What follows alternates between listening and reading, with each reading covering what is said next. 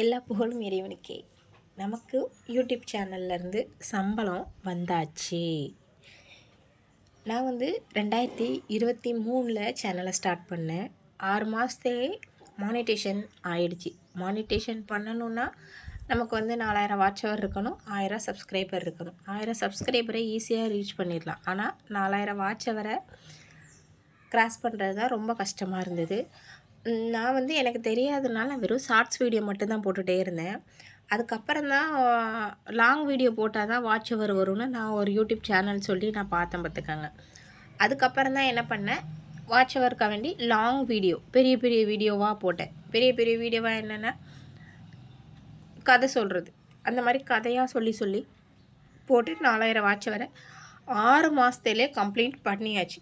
Complete பண்ணோன்னே அடுத்தடுத்த step போகணும்ல, அதே மாதிரி அடுத்தடுத்த ஸ்டெப்பாக போயிட்டே இருக்கும்போது நான் ஒரு சின்ன தப்பு பண்ணேன். அந்த தப்பு பண்ணதோடி என்ன ஆயிடுச்சு, சேனலு மானிட்டேஷன் கேன்சல் ஆகிடுச்சு.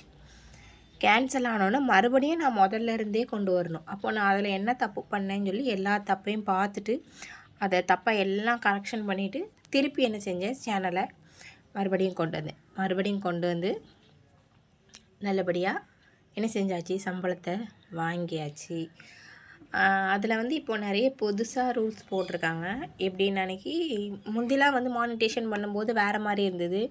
இந்த தடவை அட்ரஸ் வெரிஃபிகேஷன் பண்ணும்போதும் சரி, அப்புறம் கொஞ்சம் பின் வெரிஃபிகேஷன் பண்ணும்போதும் சரி, அதெல்லாம் கொஞ்சம் இப்போ மாற்றிருக்காங்க.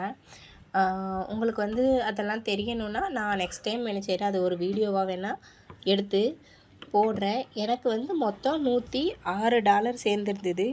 அதில் யூடியூப் தரப்புலேருந்து $2 பிடிச்சிட்டு மீதி $104 கிடச்சிருக்கு.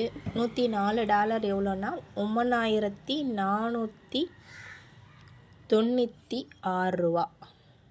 இந்த அமௌண்ட்டு 9496 ரூபா. இந்த அமௌண்ட்டு தான் என் கைக்கு கிடச்சிருக்கு. இது கூட கொஞ்சம் அமௌண்ட்டு போட்டு என்ன செய்யணும்னு வச்சுருக்கேன், எங்கள் அம்மாவுக்கு மொபைல் எடுத்து கொடுக்கணுன்னு வச்சுருக்கேன். நான் இதில் சில தவறுகள் எல்லாம் பண்ணினேன் அப்படின்னு சொன்னோம் இல்லையா, அந்த விஷயங்களெல்லாம் ஒரு வீடியோவாக நான் என்ன செய்கிறேன், அடுத்து வரக்கூடிய வீடியோவாக நான் பதிவு போடுறேன். அதுக்கப்புறம் எனக்கு மானிட்டேஷன் ஆனது நான் இப்போது சொல்லிகிட்ருக்கேனே இந்த சேனலில் இல்லை, நான் செகண்ட் சேனல் ஒன்று வச்சுருக்கேன். அது இஸ்லாமிக் சேனல். அந்த சேனலில் தான் எனக்கு மானிட்டேஷன் ஆகி பேமெண்ட்டும் வந்திருக்கு. நான் அதில் சொன்னது எல்லாமே இஸ்லாமிய கதைகள் தான். அந்த கதைகள் மூலியமாக தான் எனக்கு மானிட்டேஷன் ஆகிருக்கு. அப்புறம் இந்த சேனலில் இன்னும் மானிட்டேஷன் ஆகலை. இந்த சேனலை தான் நான் மொதல் ஸ்டார்ட் பண்ண சேனல்.